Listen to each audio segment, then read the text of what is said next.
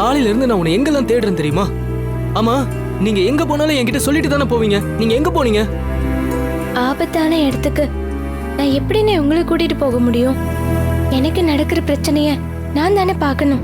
ஏன் கௌரி பாப்பா இப்படியெல்லாம் பேசுறீங்க? என்னாச்சு உங்களுக்கு? நானும் வந்ததுல இருந்து பாத்துக்கிட்டு இருக்கேன். உங்க முகமே சரியில்லை.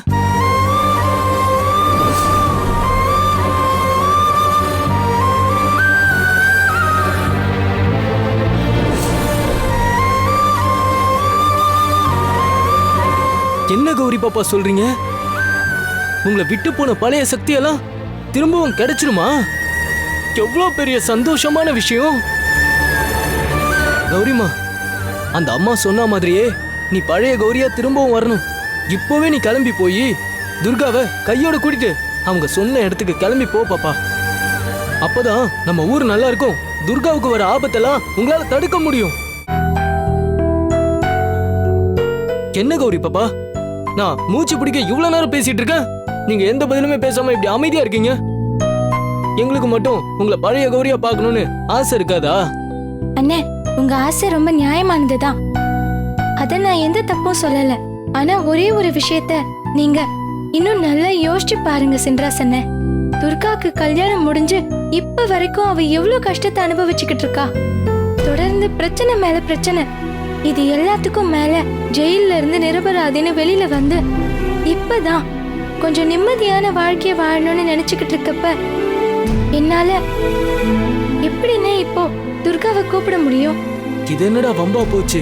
துர்காவுக்கு ஏதாவது ஒரு பிரச்சனைனா நீங்க தான் வருவீங்க. அதே மாதிரி உங்களுக்கு ஏதாவது பிரச்சனைனா துர்கா தானே ஓடி வரும். இதானே காலகாலமா நடந்துட்டு இருக்குது. இப்போ நீங்க பேசுறது என்னமோ எனக்கு ரொம்ப புதுசா இருக்குது கௌரிமா.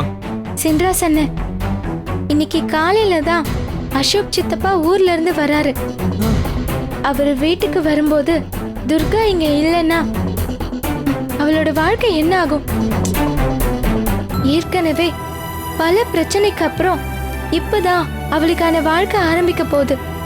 அதுவும் இந்த நேரத்துல என்னோட சுயநலத்துக்காக அவளை கூப்பிடுறது ரொம்ப தப்பு சின்ராஸ் அண்ணே. நீங்க ஏன் கௌரிமா இத சுயநலம்னு நினைக்கிறீங்க? இது ஊரோட பொது நலம்.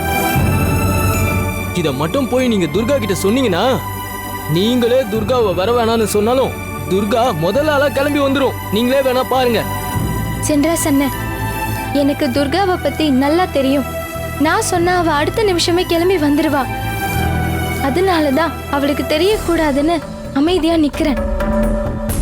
ஏற்கனவே அந்த மாசாணி அம்மா கிட்ட வேண்டும் போது என்னோட வாழ்க்கையில வர எல்லா சந்தோஷத்தையும் என் துர்காக்கு கொடுத்துடு, அவ வாழ்க்கையில வர எல்லா கஷ்டத்தையும் மொத்தமா சேர்த்து எனக்கு கொடுத்துருன்னு சொல்லியிருக்கேன்.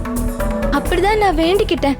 அப்படி இருக்கும்போது இப்ப நானே போய் எப்படி துர்காவை கூப்பிட முடியும்? கௌரிமா, உங்களை என்னால சுத்தமா புரிஞ்சிக்கவே முடியல.